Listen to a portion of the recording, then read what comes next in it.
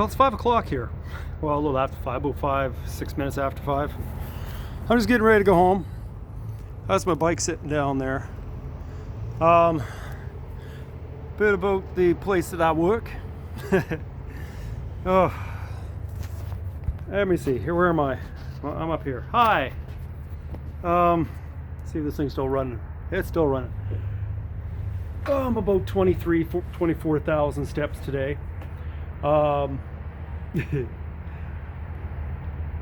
I often in the past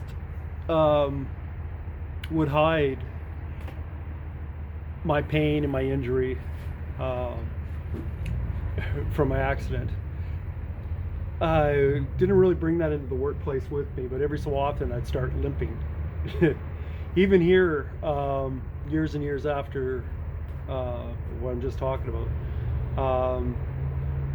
sometimes I'd get up from lunch and kind of limp away. And people would notice, oh, would you injure yourself? And like, yeah, about 25, 30 years ago, depending on when and whomever I'm answering.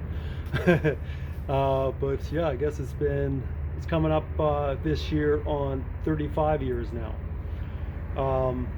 I still limp. I came up with a saying over the last couple of years: because you limp does not mean you're broken. In fact, it displays you are not. And I can tell you one thing, after some of those days walking across Canada, I limped. I limped. Some of it as I'm walking, those last kilometers, sometimes the first kilometers, I limped. Somewhere in between, the limp went away to the point that nobody would notice. Because you limp does not mean you're broken. In fact, it displays you are not. And even after all those years, after almost 34, certainly 34 years now, I'm still moving, still walking, still able to pull off, 23,000 steps. There's probably going to be another 10,000 before I sleep. Dedicating 1 million steps per month. And yeah, from time to time, you betcha I'm going to limp. But I'm not broken. It's just plain I'm not. And I'm going on. Through a pandemic, through much pain and misery. I did take a rest at the end of last year, 2020. Certainly needed to just kind of rest the mind, the body, the spirit. But when I do rest, that's when the pain comes. And it throws me to a different pattern too. So it does make it a lot more difficult to keep the momentum, because my body often doesn't want to do all that I'm asking it to do. But I demand it. I really do. If I was to slow down and cry and whine about the pain and go to everybody, I'm in pain today, I'm in pain right now, I'm in pain, and focus on that, the pain is going to get me. And I often find resting brings on more pain than moving.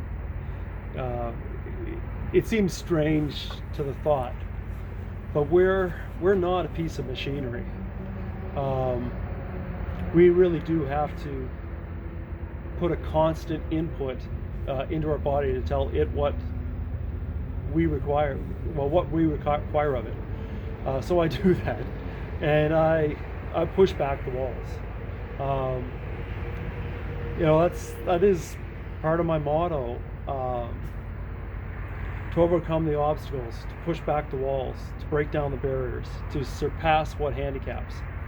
And certainly me saying I can't and limiting myself and accepting pain over achievement, if I can say that. If I accept all of the negative, I positively will not go anywhere. And I would be crippled up by now. Instead, I'm plodding still to get out in the highway and do it. Go across Canada, do a run. But here it is, January 11th, and I know the clock will tick down. I had it ticking down to this year, but certainly with this pandemic and really not having vaccines out to everyone until maybe towards fall, but I'll try to do my best and keep taking the steps. And it is going to hurt. It doesn't get easier. I think I said that in my last vlog. Maybe I didn't. Maybe I said it to somebody else. There's not a step that's easy. Sometimes the hardest step is that first step in the morning.